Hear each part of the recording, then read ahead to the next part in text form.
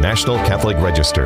This is Register Radio, bringing light and clarity to the news and topics that affect your life. In a political earthquake in North America, Justin Trudeau, Prime Minister of Canada for the last 9 years, has announced his resignation. What exactly is his rather grim record when it comes to Catholics, and what lies ahead for Canada? This week on Register Radio, we're joined by Register senior writer Peter Laffin. And then, a new Archbishop for Washington, D.C. arrives. Register staff reporter Matt McDonald gives us the details on the appointment of Cardinal Robert McElroy as the 8th Archbishop of the nation's capital, as well as an important story that he wrote called Bringing Jubilee Hope Behind Bars. Prison ministers provide life-changing works of mercy. Hi, I'm Matthew Bunson, filling in for Jeanette DeMello, host of Register Radio this week, who's away. I'm joined here in Washington in our D.C. studio by Shannon Mullen, editor-in-chief of the National Catholic Register. Hello, Matthew. Hi, Shannon. Always good to have you in studio, the weather permitting, of course. Pleasure to be here. Yeah, now that we can actually be in studio together. Well, as many of the political pundits have observed this last week, Justin Trudeau has announced his resignation. We're still a little hazy as to what that means and what the timing is going to look like, but this is a pretty significant sea change for Canada, isn't it? Yeah, really, I guess the theme for our show today is leadership change, right? In part, we're not the only country that's going through a major transition. Canada's really grabbed a lot of headlines with Trudeau's resignation, and it's a good time to kind of remind ourselves what's going on up there. Right, up there, because there's a lot to remind us, especially as Catholics. Peter Laffin, who is, of course, our senior reporter, senior correspondent for the National Catholic Register, has been following this Canadian story. So, Peter, let's bring you in here. What exactly has brought about the resignation of Justin Trudeau? Hi, Matthew and Shannon. So good to be with you both. I think it's important to touch on the points that Shannon was just making, understanding the Trudeau resignation, not just as a Canada story, but an international story. There's a real vibe shift that's happening across the Western Hemisphere. Voters in the developed nations are rejecting the neoliberal order.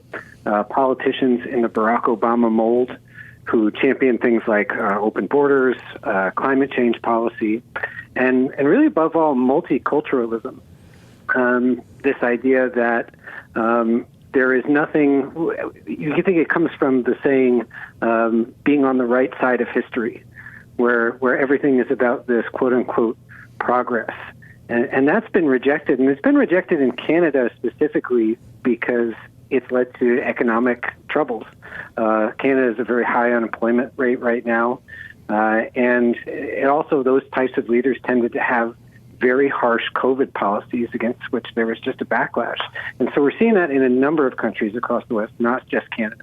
So it's important to see it as part of a larger movement.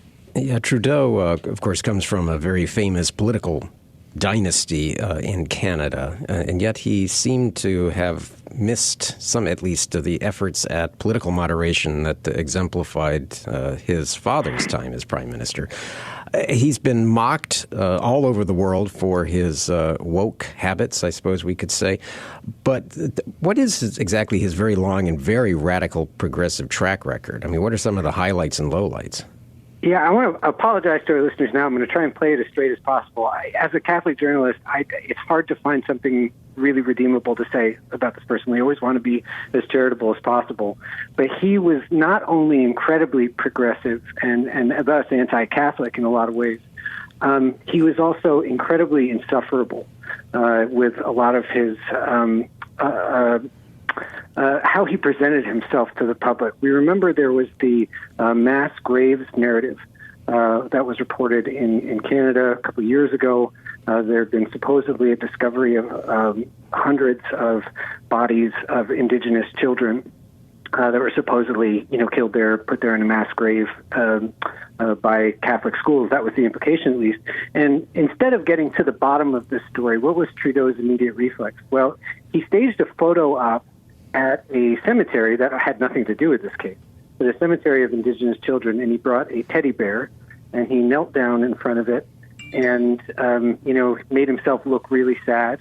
And so this is always his reflex, to take advantage of whatever happens, to make it part of a larger narrative that promotes his progressive goals. It's not just the policies, and we know the policies. He was obviously very radical on euthanasia. Canada is the leader in the culture of death globally. Very radical on abortion, very radical on everything woke. But it was the way he did it that made him sort of extra contemptible. Yeah, Peter, it wasn't maybe not any one policy mistake that he made, but at the end of the day, he was just so universally disliked. Yeah. But you mentioned also, the shift away from a neoliberal kind of world order. Part of that is also censorship, right? So elsewhere in the Western Hemisphere, in the UK, especially Australia, also, you see this real crackdown on free speech. That's fascinating to watch, kind of playing out. But Trudeau was part of that too, correct? Oh, absolutely. In terms of Trudeau, and in terms of, I think of also with Biden, Harris, Obama here in America, it was as much about social coercion and making the opponents of anything they said, seem like the worst people on earth, as much as laws. And what we're seeing in the UK right now is really, I think, speaks to this. For those of you who are listening who aren't familiar with what's happening, Elon Musk has been raising some old stories that were never really adequately covered about child abuse in the UK.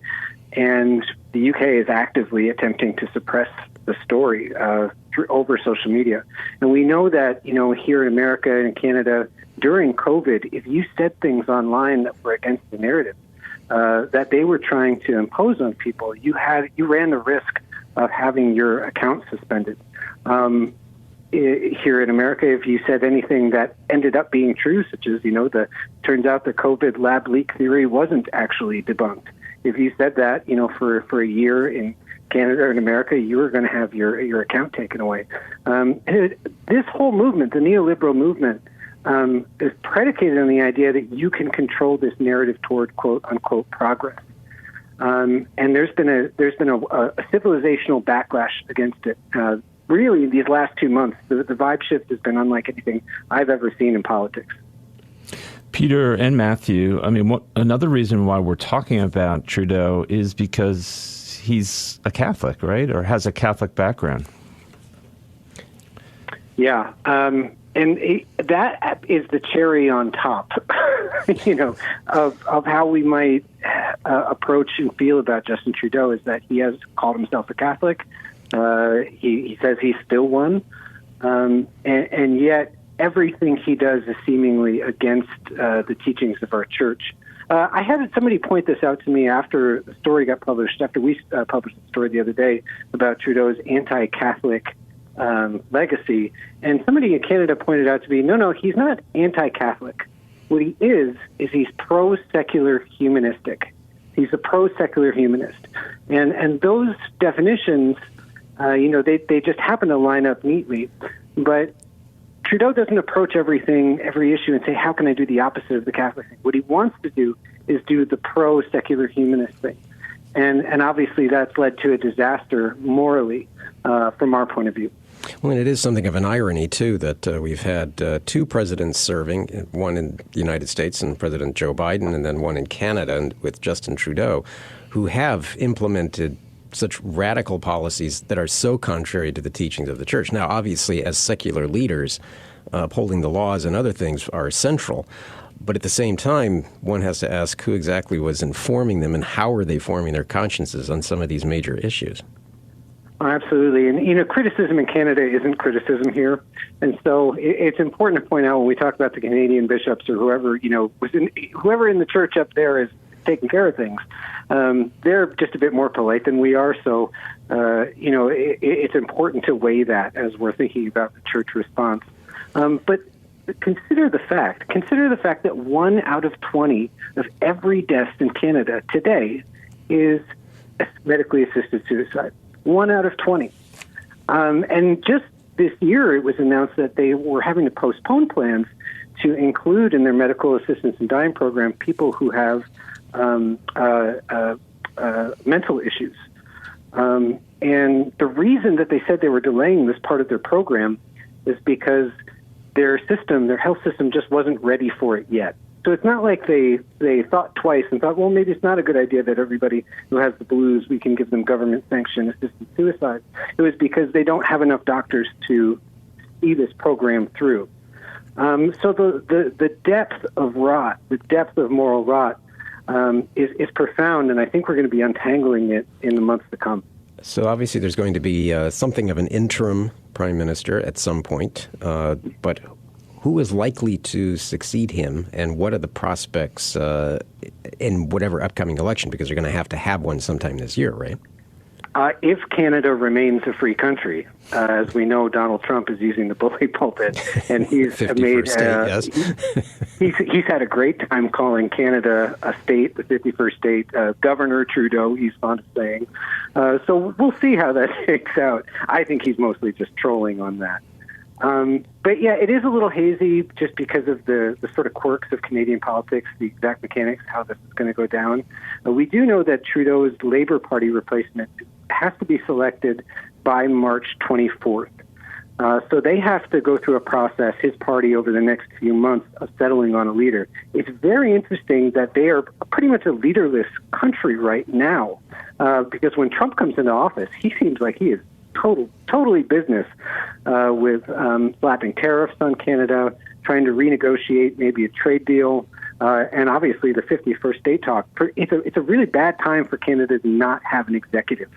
Well, let's just say there is, however, a rising star, or his star has been rising for some time, I know. Who is this as the head of the Conservatives? Right. Pierre Poilievre. I believe that's how to pronounce the name. I'm doing my best on that one. I was joking with Shannon earlier that I think it depends on where you're standing, either in the United States or in Canada, so go ahead. Yeah, I've heard Poilievre, too. I think that one's way off the mark. So I think it's Pierre Poilievre. He's not the most popular politician in Canada, though he's getting a lot of good press right now. His approval ratings aren't that high, but he seems to be the person who's going to be the beneficiary of the Labour Party's collapse. His Conservative Party is way ahead in the polls for their upcoming election later this year. I saw recently they were up by 20 points. Sounds like yesterday he put out a post on X saying that he wanted to take care of Canada first, sort of borrowing the America First slogan that Donald Trump and the MAGA allies have here. So I think we can expect a more nationalistic tone coming out of him, and probably some more common sense economic policies. But again, it's hard to say, because when we think of a nationalist or a Trump type here, you got to think the Canadian version is probably not as strong. They're at least not stylistically as strong as someone like a Trump. But Canada is in for a big change. Yeah, regardless of what happens. Well, Peter, thanks so much for your reporting, and I know all of us are looking forward to seeing what happens to our northern neighbor, speaking as people who are in the United States right now, so we appreciate it. Au revoir, Matthew.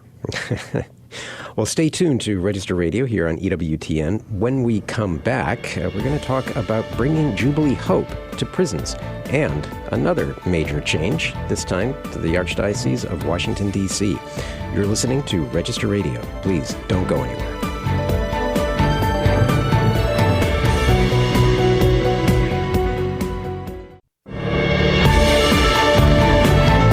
Let's return to Register Radio on EWTN. And welcome back. I'm Matthew Bunson, filling in for Jeanette DeMello this week in the D.C. studio here with Shannon Mullen, who is the editor-in-chief of the National Catholic Register. Well, Pope Francis has made more than a dozen visits to prisons during his pontificate. He's opened a holy door at the chapel of Rebibbia Prison in Rome. He did that the day after Christmas, 2 days after he initiated the Jubilee year of 2025 by opening a holy door at St. Peter's Basilica. He is certainly someone who has been concerned over the years for prisoners. His concern is also certainly part of the corporal works of mercy, of visiting and comforting the sick and the imprisoned.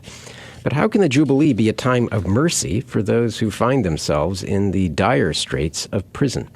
Well, Register staff reporter Matt McDonald took up this question in a new piece, Bringing Jubilee Hope Behind Bars. Prison ministers provide life-changing works of mercy.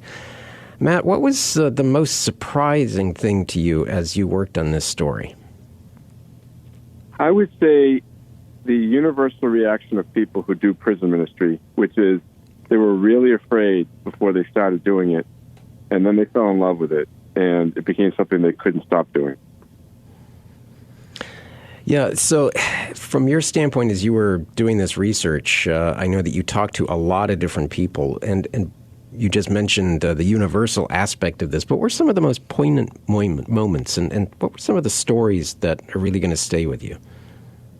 The things that really jump out at me, first, the Texas women's death row, where there are 7 women sentenced to death, and all of them lay affiliates of a Catholic religious order. And the way that came about astounds me in a couple of ways. First, the idea that women convicted of murder would try to turn their lives around in this way. But then second, the deacon who is a chaplain there and has seen these women for years thought that what they really needed was interaction with religious sisters.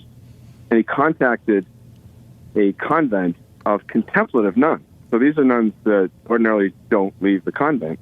But he persuaded them that these women really needed them. So they made an exception. And their exception is they visit these women regularly. And as a result of this, 5 of them who were not Catholics became Catholics. And all 7 of them now practice these nuns' religious. They practice their spirituality in some fashion. Yeah, that's amazing, Matt. You know, I love this story because it reminds Catholics of the 7 corporal works of mercy, right? And feed the hungry, okay? Give drink to the thirsty, all right? Shelter the homeless. You know, plenty of people do that. You get down to the list, though, and you hit visit the prisoners, and that pulls us up short. It's the hardest corporal work of mercy, I think you can say. And you alluded to it in your opener. The people you talked to were initially fearful. So what happens to people who are involved in this ministry? How do they overcome that? How does that transformation take place for them? It seems to happen quickly. So what I heard from the people I talked to was that they didn't want to do this. They kind of put it off. And several of them, they got involved only when they thought they just couldn't say no. And then when they got in and started speaking to people who are in prison, I should mention that this is, in some ways, these are the cream of the crop because these are people who want to turn their life around. There are a lot of people in prison who don't want to turn their life around. But when they interact with people who do or who are searching for something, searching for God, the connections they make are often not instant, but lasting, particularly if they're with these people for a number of days. In some of these cases, there were as many as 3-day retreats going on, and they felt they made a real connection with them, and it's a soul-to-soul, heart-to-heart kind of thing. Yeah, it's so commendable, the work that they do, but it also reminds you that we can do these things really only through God's grace, and people who, even just walking into a prison or getting through the security, I mean, it's just so intimidating. Kind of unimaginable for the average person. Yeah, and then once you get there, okay, you're in, but it's not like a normal building, and so I'm so glad you did that story. Thanks. And thanks to these people. Of course, this is very difficult ministry for a number of reasons. The reasons you alluded to, this is not popular ministry. I would say that of the list of corporal works of mercy, this is maybe the least popular one because most people are not very happy with criminals, understandably. People who go to jail have not been convicted of being in a boy band. They've hurt other people very often, and sometimes grievously. And so these are people that a lot of people say, well, look, put them away, throw away the key. And these people have these people ministering to them have overcome that hurdle and also overcome the hurdle of just going through the background check, hearing the bars, the doors closed behind you. That's if you've ever been in prison. I've done this a couple times for a couple stories. It's a horrible sound just to hear the doors closed behind you, even though you figure you're going to be leaving pretty soon. So it's as you say, it's an intimidating, it's a difficult ministry, but these people are very into it, and they feel like they're doing God's work. You've been busy, Matt. So this week came the news of a leadership change in the Archdiocese of Washington, D.C. Tell us what's going on there. So there's a new Archbishop going to be installed March 11th. This is Cardinal Robert McElroy, the Bishop of San Diego, and he's replacing Cardinal Wilton Gregory, who's been there since 2019.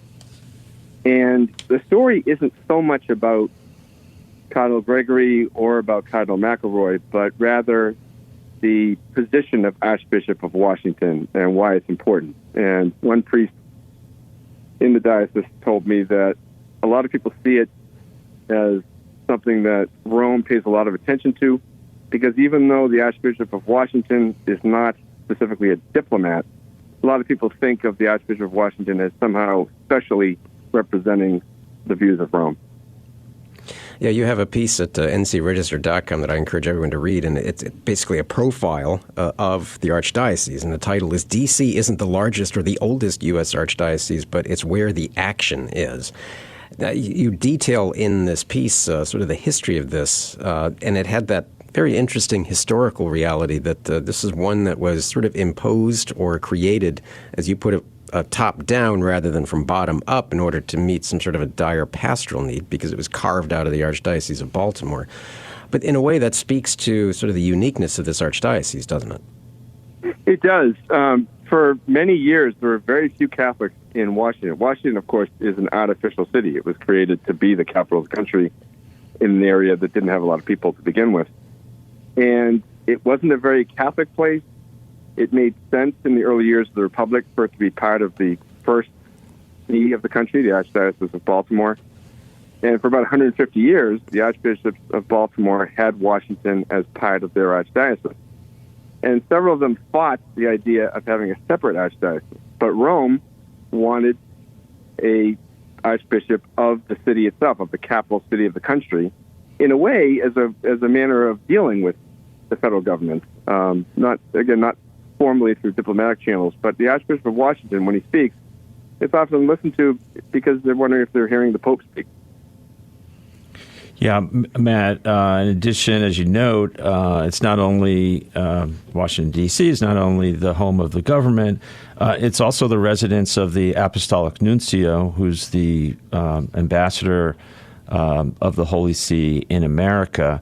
So who plays a role in the selection of bishops and ordinaries in the United States. And so it landed on Cardinal McElroy to come to D.C. And as your piece points out, the D.C. Archbishop is, among other things, interrelates with the White House. What do we know about Cardinal McElroy and his views towards the incoming Trump administration? Cardinal McElroy, as Bishop of San Diego, was a critic of President Trump, particularly with respect to illegal immigration. And that's true of a lot of bishops, but his comments were particularly pointed. And so he's thought of as someone who is likely to resist Trump administration policies on illegal immigration. Of course, it depends on what the actions of the Trump administration are. We know what President-elect Trump has said he's going to do, but he's not in office yet for a second term. So as Cardinal McElroy alluded to during his press conference when he was introduced as Archbishop of Washington, we'll see what the Trump administration does. But Cardinal McElroy also pointed out the likelihood that there would be conflict in that area. Yeah, in particular on immigration and probably a few other points. It's also worth noting that Cardinal Gregory will be turning 71 in just a couple of weeks. By custom, by tradition, a bishop or Archbishop, submits his resignation when they turn 75, so that's in basically 4 years. So we can say that in many ways his time as Archbishop is going to be, dare one say, coterminous with the second Trump administration, which is perhaps an indicator, too, of some of the things that Pope Francis may have in mind in appointing him. Yeah, it's very interesting that, as you point out, the timing is such that if he were to retire at age 75, it would be almost exactly the length of the second Trump administration. He would leave shortly after President Trump leaves for his second term. Now, of course, he could be extended until age 80, perhaps. But which there's a certain custom for that, too. But yeah, this is all very interesting, isn't it? Yes. Well, Matt, thanks so much. I know you have been covering the McElroy appointment and will continue to do so. And I know we all look forward to reading further coverage, especially as the next months and years stretch on. Well, that's it for this week for Register Radio. But remember, for more news, analysis, and commentary, please check out the National Catholic Register online at ncregister.com. Thanks so much for joining us here, especially here on EWTN Radio. Until next week, on behalf of our producer, Michael McCall, myself, Matthew Bunson, and Shannon Mullen, Editor-in-Chief of the National Catholic Register, I pray that God bless you. Please, take care and stay warm.